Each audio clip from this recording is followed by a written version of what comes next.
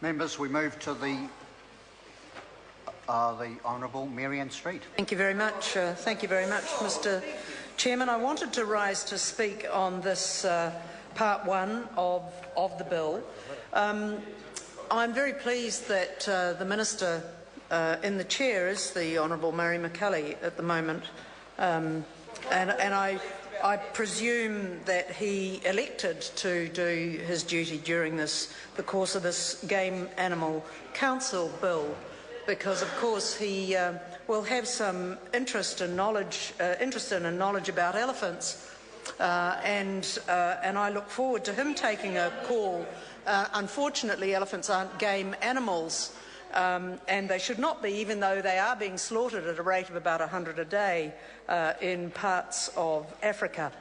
However, perhaps with that wonderful gain of an elephant in exchange for not upsetting the President of Sri Lanka, the Minister might in fact get us a bear from Russia in exchange for the human rights of gay and lesbian athletes as they participate in the Winter Olympics in Russia. We look forward to another unhelpful contribution. Mr. Speaker, Mr. Chairman, I have been for most of the last year on the Local Government and Environment Select Committee, and I have never been privy to this debate because it all happened last year. So I have been listening very carefully. This has taken a long time to get to the House, and here we have it in under urgency. It's another one of these measures that the government uses to appease disgruntled coalition partners. And of course, we know that the Honourable Peter Dunn has been disgruntled recently with the different treatment that he seems to have received compared with the Honourable John Banks. And this can be the only reason for this appearing under urgency, because the work started in 2008 on this. It was debated, there was a regulatory impact statement in 2011.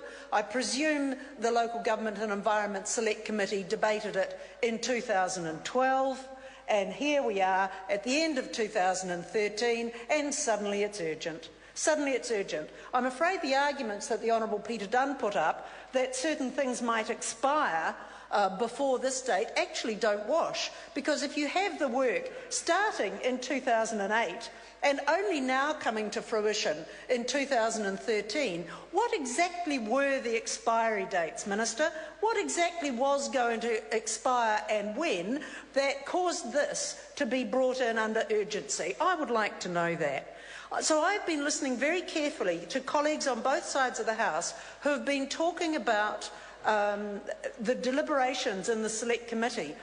That Select Committee is chaired well by Nicky Wagner, and by all accounts there was a great deal of work and effort that went into finding a suitable solution, and a great deal of application of the members to the submitters and their submissions. But it seems to me that with SOP 395 being introduced, which deletes the reference to recreational hunters and simply talks about hunters and hunting rather than recreational hunters and hunting, that something is happening here that goes across what was discussed in the course of the Select Committee's deliberation. Earlier in this debate, Mr. Chairman, the Green Party member Eugenie Sage was saying that she thought that recreational hunters were now, with the introduction of this SOP, this supplementary order paper, were being sold a pup in this bill, at which point the Honourable Peter Dunn interjected and said, look at Clause 8, look at Clause 8.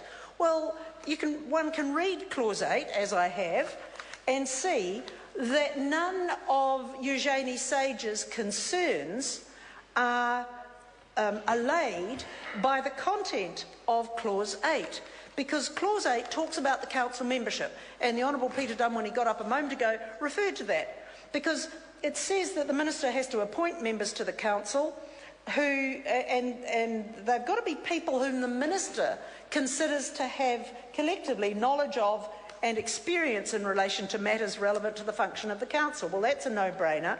Then it goes on to say, knowledge and experience that are relevant include knowledge of and experience, Mr. Chairman.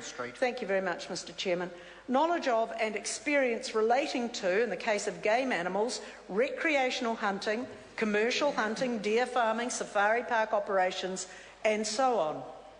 But it does not say anywhere that these interests must be represented. It says that the knowledge and experience relevant to these areas should be present on the council, but it doesn't say that recreational hunters should have a representative. And I dare say people who are commercial hunters may well have been recreational hunters at one stage in their life. And so they can claim to have knowledge about recreational hunting. But there is no guarantee of representation. And if the Minister is so confident that this supplementary order paper of the Minister Nick Smith's to delete the word recreational actually doesn't do recreational hunters any harm, then why not at the same time put in an amendment to Clause 8 that says that these interests should be represented, not just have people who have knowledge of and experience that is relevant to those sectors? Why not have something that represents the concerns that were described so fulsomely by Ruth Dyson as part of the fabric of the Select Committee's discussion?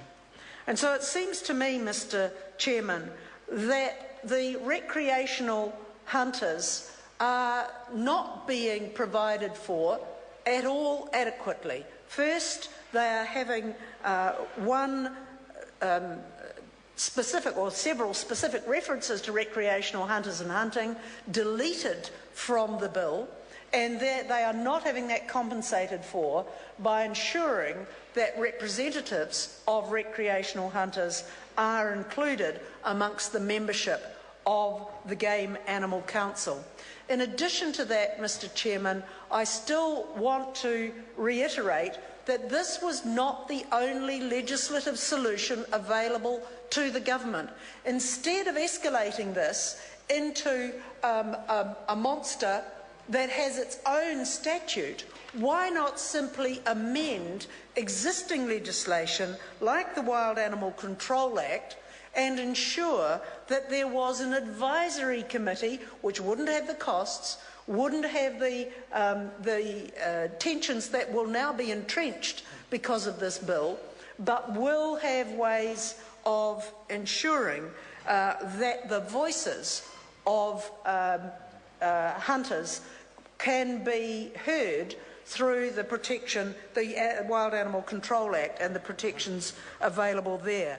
So this expensive option was not the only one available to the government, and they should have looked at others. The regulatory impact statement says that the non-regulatory options for achieving the objectives hadn't been explored or analysed further because the decision had been taken to proceed with the establishment of a Game Animal Council. See, they also say in the Department of Conservation says in the regulatory impact analysis of 2011, that's how urgent this is, that the Game Animal Council could be established either under Section 5 of the Wild Animal Control Act or through an amendment to the Wild Animal Control Act. So why the kind of nuclear option in making this a bill of its own? The Minister has not addressed that issue, and I invite him to do so. This is, I do not understand why the most difficult, the most expensive option has been chosen by the government. Thank you, Mr. Chairman. Oh, good, Eric. Excellent. Excellent, Eric. Well, thank you, Mr. Chairman, and I see Minister McCulley about to leap to his feet, so I apologise for taking his call. My intention is actually